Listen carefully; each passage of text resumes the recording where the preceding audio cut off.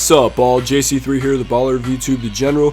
Welcome to Topic Tackle. My take for today is on the possibility of a super dynasty or OKC type situation by posing the question, what if?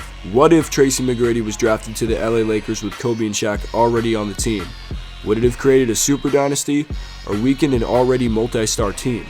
Before I begin, make sure to check out my past videos, including Shaq vs. Hakeem, who is better all time, and hit that thumbs up button and comment down below your opinion on this video.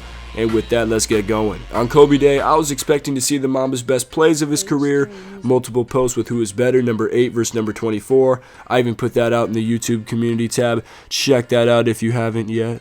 And all the rest, but I didn't expect to find a Bleacher Report post on Twitter with an article about how Lakers former general manager Jerry West attempted to acquire the draft rights to T-Mac in 1997. Former Lakers coach Del Harris told Mark Stein of the New York Times this info, and this trade would have most likely included shooting guard Eddie Jones for McGrady's draft rights. According to the article, Del Harris explained West's mindset behind the possibility of trading for T-Mac. Kobe was a young 18 in his first season. He was still in a pretty normal teenage body compared to when LeBron James came in and had a man's body. McGrady came in the next year with a more mature body and worked out so well that Jerry kind of tooled around with the idea that maybe we should just go ahead and make a deal for whatever it took to get this guy, even though it'd be a step back in the short term to have two guys like this on the same team. Lakers owner Jerry Buss ended up vetoing the idea with the desire to win now with vets instead of taking a chance on another young prospect. The Lakers, as we know, go on to have major success with a three-peat from 2000 to 2002. But something that gets glanced over is that they traded Eddie Jones and Eldon Campbell to the Hornets in 1999 for Glenn Rice, J.R. Reed, and B.J. Armstrong. While this move allowed Kobe to move into his natural position of shooting guard,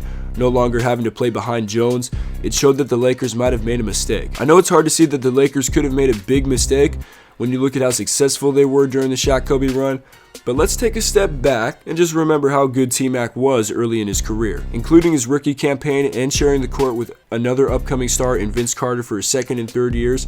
T-Mac averaged 10.6 points per game, 5.4 rebounds, and 2.4 assists, and was key in leading the Raptors to a playoff seed with a 45-37 record in his third season, improving from 16-66 in his rookie year. He was athletic, had an improving jumper, and was definitely considered a rising star at 6'8" out on the wing. McGrady then left Toronto for Orlando at the beginning of his fourth season to escape the shadow of Vince Carter, and had a breakout year with 26.8 points per game, 7.5 rebounds, and 4.6 assists. So he was really good and could have added a lot more firepower to the Shaq-Kobe Lakers, who were already in the middle of their championship dynasty. It would have been the 2017 Warriors before the 2017 Warriors, essentially. Or would it have been? Obviously, McGrady was a talent greater than what the Lakers got in the 1999 trade, but would he have worked with the Lakers championship teams? Glenn Rice played on the Lakers during their 2000 NBA title run, while J.R. Reed and B.J. Armstrong didn't, and during the playoffs provided them with just over a three-pointer a game, all part of his 12.4 points per game as their starting small forward. After that, he signed a multi-year deal with the Lakers as part of a sign-and-trade with the Knicks. So just like that, the Lakers had nothing to show for giving up Eddie Jones and Eldon Campbell. Rick Fox eventually stepped into the role of starting small forward for the Lakers, and it worked because LA won 2 more titles in a row in 2001 and 2002. But what if T-Mac was there? Would he have helped? Specifically, would his presence and ability have provided the Lakers the necessary extra firepower to overcome the Spurs in 2003 or the Pistons in 2004? While he would have provided extra scoring, I'm not seeing the super team working out, and here's why. Shaq and Kobe were already feuding over who the alpha dog was on the team, which famously ended in Shaq being traded to Miami after the 2004 season. If two alpha dog personalities were already unable to coexist for the long run,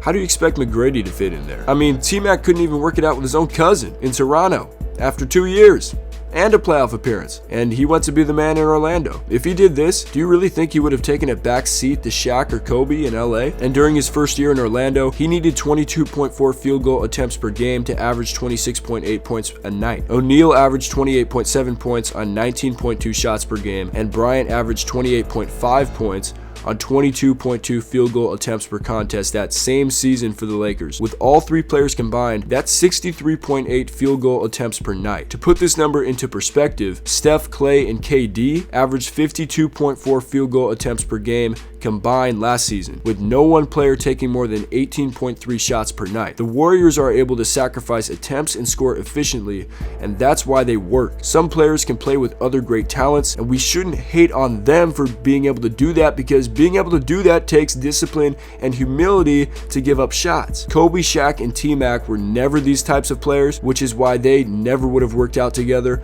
all playing on the same court for the same team. Still, it's interesting to think what could have been when we ask, what if? So let me know what you think in the comments down below. Would T-Mac have made the Shaq Kobe Lakers better or worse? Remember to subscribe, like, and leave your feedback in the comments down below, and we'll be back with more Topic Tackle soon. JC3, out.